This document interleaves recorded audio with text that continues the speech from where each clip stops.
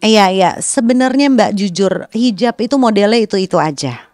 Kita kalau mau bilang, "Oh model gue autentik nih, original," bohong, pasti lo adaptasi sama model lain gitu loh. Udah jujur aja, nggak usah overclaim ya. Nah, apa yang ngebedain? Cutting. Karena ukuran misalnya sampai ciputnya, kuping berapa. Jadi ibarat kita bikin rendang, rendang banyak di luaran, rendangnya begitu-begitu aja. Tapi apa yang ngebedain? Formula gue beda. Cobain bumbunya autentik, rasanya khas. Nah, sama kayak rendang. Apa bedanya? Oh iya ada bandul. Oh iya cuttingannya enak, nyaman. Oh warnanya pastel-pastel gitu. Jadi aku sempurnakan apa yang sudah ada di pasaran. Aku bikin jadi versi yang terbaik menurut kacamata aku sebagai pebisnis gitu. Kalau hijab sih so far ya alhamdulillah sampai detik ini habis-habis aja. Kenapa? Karena orang kalau udah ter-MS ibaratnya ya, kalau aku nyebutnya gitu, lo pasti nyobain sekali lo pasti akan ter-MS. Kenapa? Keracunan. Kayaknya gue punya warna ini belum deh. Kok ini warnanya mirip-mirip tapi yang ini gue belum gitu. Karena kan hijau aja ada dua warna tonnya yang rapat. Pink ada mauve ada purple rapat gitu ya. Jadi begitu orang udah iya kayaknya gue harus perlu deh warna coklat lo ada tiga dan tiga-tiganya gue harus punya gitu jebakan Batman itu. Jadi kalau ditanya ruginya kalau hijab alhamdulillah sampai detik ini habis-habis aja. Kalau dibilang cepet nggak nih perputarannya, menurut aku termasuk dari tiga usaha ini yang paling cepet justru hijab. Modalnya nggak terlalu gede gitu ya, karena nggak ribet, kita tinggal maklun. Memang tinggi kosnya karena aku nggak punya tenaga kerja, tapi ringkas buat aku.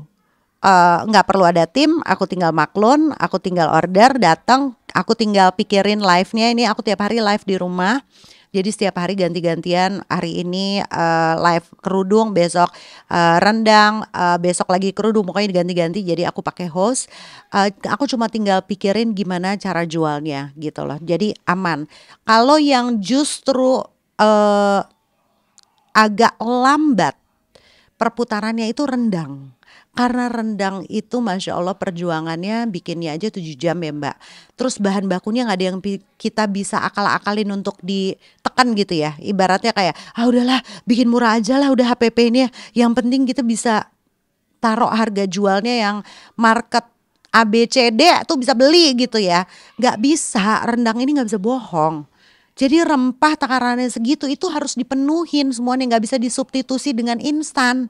Bubuk-bubuk instan aja deh bu gitu, atau enggak cabenya kita pakai instan, kerasa bener deh gitu lah. Dan lidah orang tuh nggak bisa bohong, kalau berubah dikit aja pasti baby apalagi pertama kali, sayang ini kamu dagingnya ganti nggak suppliernya, dia bisa tahu gitu loh. Jadi aku jaga banget gimana caranya supaya orang yang dulu makan dari 2012 sampai detik ini, gila ya rendang lo nggak berubah. Karena cooking metodenya, resepnya, bahan bakunya nggak ada yang berubah. Tapi lama perputarannya. Kenapa? Karena orang nggak beli tiap hari gitu loh. Karena aku juga nggak titip ke retail ya. Aku cuma titip di satu minimarket di Kemcik di Pacific Place, hanya satu. Selebihnya aku belum sanggup, aku nggak punya tenaga SDM yang bisa ngatur manajemen return, karena repot kalau udah main retail tuh. Emang udah harus profesional ya, aku kan masih UMKM Mbak, jadi cukup pegang satu aja deh, Kemcik aja udah cukup, daerah kantor gitu ya. Lebih mudah untuk memanage sistem returnnya gitu. Alhamdulillah kalau Ramadan ini semua dagangan aku adalah momen-momennya ya Mbak, momen cuan ibaratnya ya. Karena rendang itu best salesnya itu dari 12 bulan itu adalah bulan Ramadan. Bulan Ramadan sampai Lebaran. Kalau orang-orang pergi ke luar negeri, trip umroh segala macam itu sebenarnya nggak masif lah. Haji oke, kedua ranking kedua lah kalau musim haji. Udah cuma itu aja. Kalau rendang bener-bener momentum gitu loh, tinggi salesnya. Kalau hijab itu daily Mbak, jadi nggak occasion cuma gara-gara Ramadan doang. Karena kan ada beberapa orang Ramadan juga dia udah matchingin bahannya, materialnya satu set dengan bajunya gitu kan.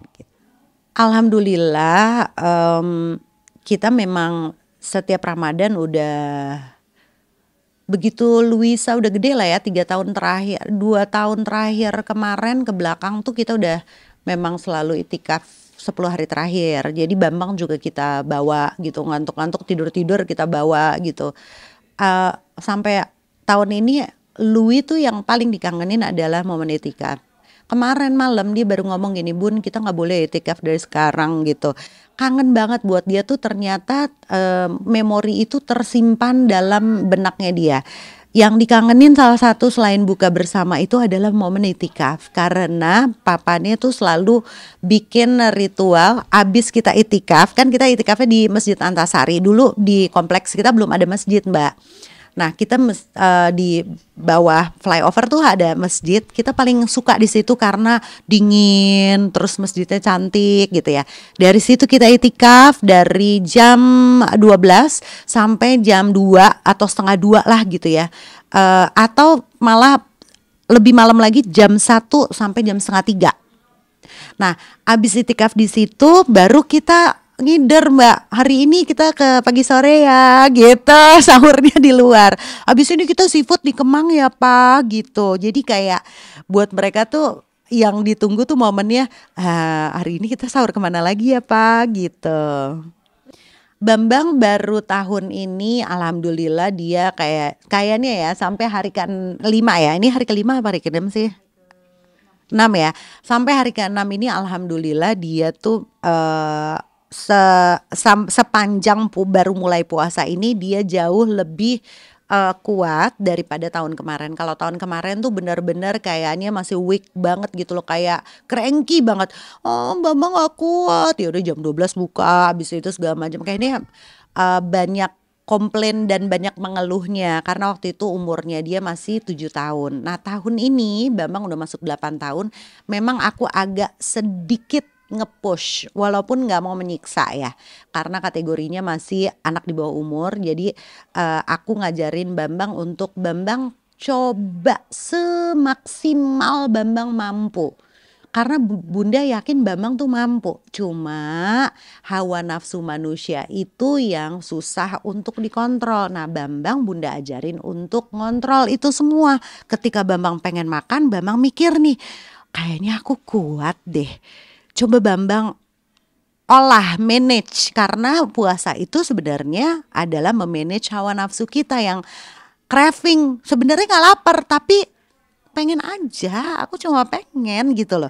Begitu udah minum baru nyesel, oh ternyata gue kuat loh gitu. Itu yang aku tanemin ke Bambang. Alhamdulillah tahun ini dia mau untuk berproses untuk lebih baik ya Bang. Kayak tadi malam gitu ya, dia ngantuk banget, dia sahur tuh sampai gini-gini. Tapi dia mau ngunyah. Tahun kemarin kalau enggak ya enggak, marah dia bisa, berontak nendang-nendang nggak mau dibangunin.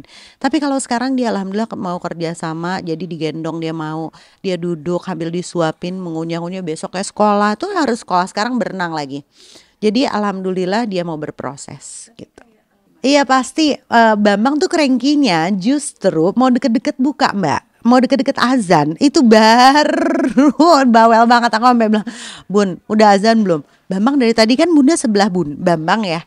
Kalau misal udah azan nih Bunda dari tadi udah makan dong. Tapi dia cuma pengen ngeluarin aja, Bun berapa lama lagi? Bun berapa lama lagi? Itu nggak tahan banget didonder dengan pertanyaan udah azan padahal kuping dia bisa dengar gitu dan kita lagi ngumpul sama-sama. Tapi itu jadi momen yang lucu banget sih. Jadi kita suka ngakak-ngakak, kakaknya juga suka ketawa gitu ngelihat kelakuannya Bambang karena kita nggak punya anak kecil lagi selain Bambang kan. Jadi kita kayak langsung flashback ke momen-momen itu. Kalau kayak begitu sebenarnya kita jadiin bahan ketawa aja sih. Paling kalau ada pesan-pesan atau nasihat atau iklan yang pengen disampaikan harus sesuai dengan umurnya Bambang, karena kalau misalnya kita kasih tahu yang terlalu menggurui juga akan masuk anyway, apalagi lagi perutnya lapar gitu kan. Jadi biasanya kalau udah buka puasa dia udah kenyang, dia udah makannya lahap, dia baca doa, udah makan kurma, udah minum, langsung kan makan gede dia. Makan nasi, makan apa yang ada di meja makan dia langsung makan. Nah, begitu perutnya udah terisi, udah tenang, baru dia udah siap menyerap informasi atau nasihat, baru di situ iklan aku masuk. Bang, enak ya nak, alhamdulillah ya Bambang bisa makan, alhamdulillah loh Allah kasih rezeki. Nah Bambang makanya puasa ngajarin kita ternyata kenikmatan itu sebentar ya Bang. Bambang makan aja kayak begini. Ternyata hidup tuh harus berjuang apalah pokoknya biasa lah ya emak-emak kan panjang lebar tapi nggak usah terlalu panjang karena dia lagi konsen makan kayak gitu sih paling. Iyalah, tahun kemarin 2 tahun kemarin dibawa melulu sambil tidur Mbak digendong sama baby digeletakin di bawah kita sholat qiyamul lail ngaji segala macam ya Bambang tidur kita siapin bantal. Enggak. Dia juga kangen, pengen dia seneng sih. Karena yang paling penting adalah kita tuh ngelibatin anak-anak ibadah itu momennya harus menyenangkan, momennya harus seru dan membekas. Jadi jangan sampai malah justru bikin trauma.